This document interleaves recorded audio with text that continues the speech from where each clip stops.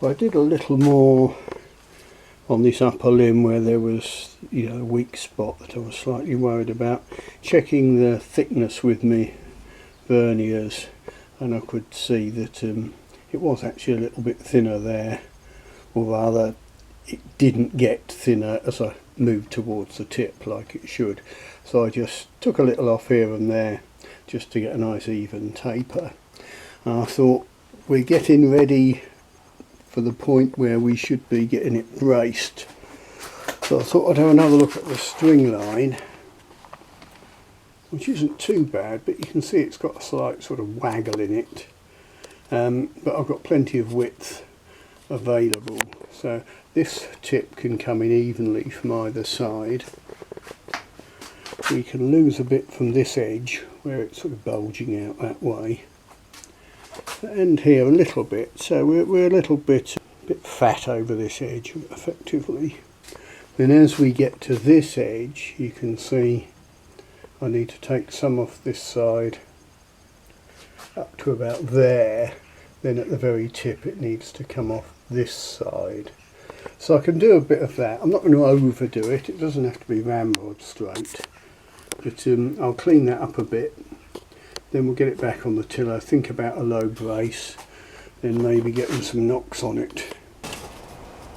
I've run the sides of the bow on the belt and sander just to tidy it up a bit, but not where the knot is. I've been leaving that a bit wider. And I've been reviewing the videos, and the dilemma is this deflex here, and you can see it makes that limb look weak. There's a little bit of tension on the string. I had to just flex it a bit to brace it, but that distance there is obviously a lot greater than this distance here if we go symmetrically either side of the bow, so that looks weak. But we know it's not weak, it's just the deflex. And when I had it pulled back to 80 pounds or 75 or whatever it was, it looked nice and even. But it shouldn't look nice and even. This should look weak because it's already deflexed. So, and I noticed this limb looks a lot fatter than this limb.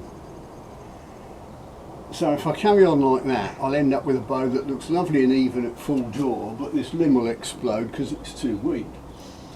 So, well, just ease off this limb and get it bending, but it'll look awful. It'll look like it looks now with this limb looking weak. So that's the dilemma. Do I steam out some of this? And if you look at this line, if we sort of run a straight edge along the sort of general shape of the bow, you can see how far out we are. You know, even if we're a bit pessimistic, we're, you know, 3 or 4 inches out here, which is just going to look awful. And as I often pontificate, it's easy to make a bow, it's hard to make a good bow. So, and how do we define good? And if I straighten this up, is that going to put more stress on this funny area here? So you can see when I'm always saying you should spend more time thinking than you spend removing wood, this is what I'm on about. Anyhow, let's just pull it a bit more, because I have done some work. Let's just make sure I'm not talking nonsense. Let's see what it actually looks like. Yeah, I mean, right outer third looks stiff, but there again it's slightly reflexed.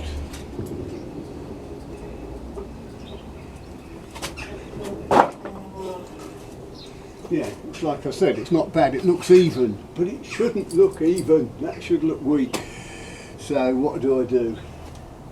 I'm tempted to get the steamer going again and try and see the bend's really there and there. If I can get some bend out there, if I can pull that back, yeah, a brick width, if I can concentrate the bend there, that might be the way forward.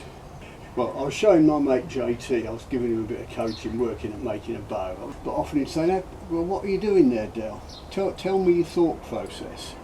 and that was good for me because it made me understand. You've got to explain, it's never just showing someone what you're doing, you've got to explain why you're doing it. So that's what I try and do here. I'm going to steam it, give it another dose of steaming, try it at that point. Well, my steamer's about, there's my steaming chest, an old 5 litre plastic bottle. So that'll give me a nice area about there that will get good and hot. I'll show you what I'm going to do with the steaming. Let's back off there. I've got my magic angled jig, basically 2 bits of 4x2 screwed together. That's clamped up in the vise, and I've marked out, actually you can see that's where I'd applied pressure before to straighten out the bend. Now that's where I'm trying to bend, and I've marked out between there and there, that's where the steam is going to be applied. What I'll do is I'll get the bow clamped up like that, offset on blocks of wood, with the steamer in position, and I have this end all clamped up solid. Then after about 45 minutes to an hour, I'll just lean on that far end and pull it towards the wall there, and then try and find something to clamp it to strap it to while it cools down. Right, here we are, I've got it clamped up. Right, that's the steaming setup all in place. And a couple of little details. I've got extra insulation on here to help keep the steam nice and hot. The pipe's been cut down shorter than it was originally, and I've got a bit of rubber strapping tying that into there, because it's happened several times. I've had it steaming for half hour, I've come back into the garage and found the steam pipes fallen out, and I've been just filling the garage full of steam. So you can see I'm steaming it in situ, so once it's had time to get steamed up and hot, I can heave this end across, and I know it will still be hot. I won't have all that fiddle of trying to get the wood out the steam chest, get it onto some sort of jig, clamp it up, by which time it's cooled down. In fact, what I'll do is I'll give it half hour, then I'll start applying some force on this end, and I can tie it back to my lathe, get a bit of rope around there and pull it across to that. Now I've changed the setup a little. Luckily I noticed my deliberate mistake in time. I had the steamer, I had it all lined up the wrong side of the centre line, because this is the upper limb and I was going to be straightening the bend out here. Well, there's a little bend in the upper limb, but that's not where I wanted to straighten it. Anyhow, I've readjusted it. I caught it before the steam even got up to the boil, which just shows the value of getting it all jigged up before you do the work.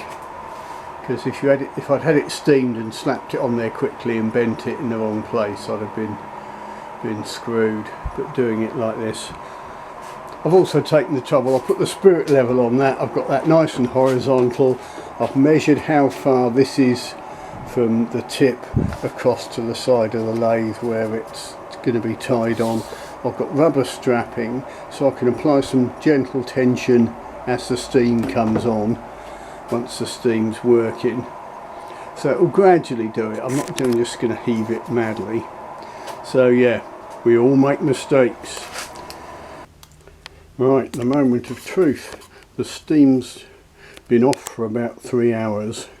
It probably had about an hour of steam, so let's undo this and see how far it springs back. Yeah, it's not bad. There's still all about an inch of deflex overall, or what have you.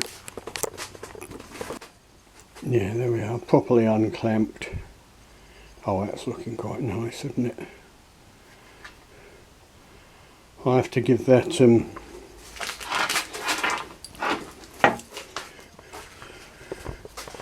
I'll give that overnight to calm down. There, that's it. up on the tiller. It's slightly off centre because I've had to balance it. I haven't put the string on there, but we'll have a proper look at that and pull it back tomorrow.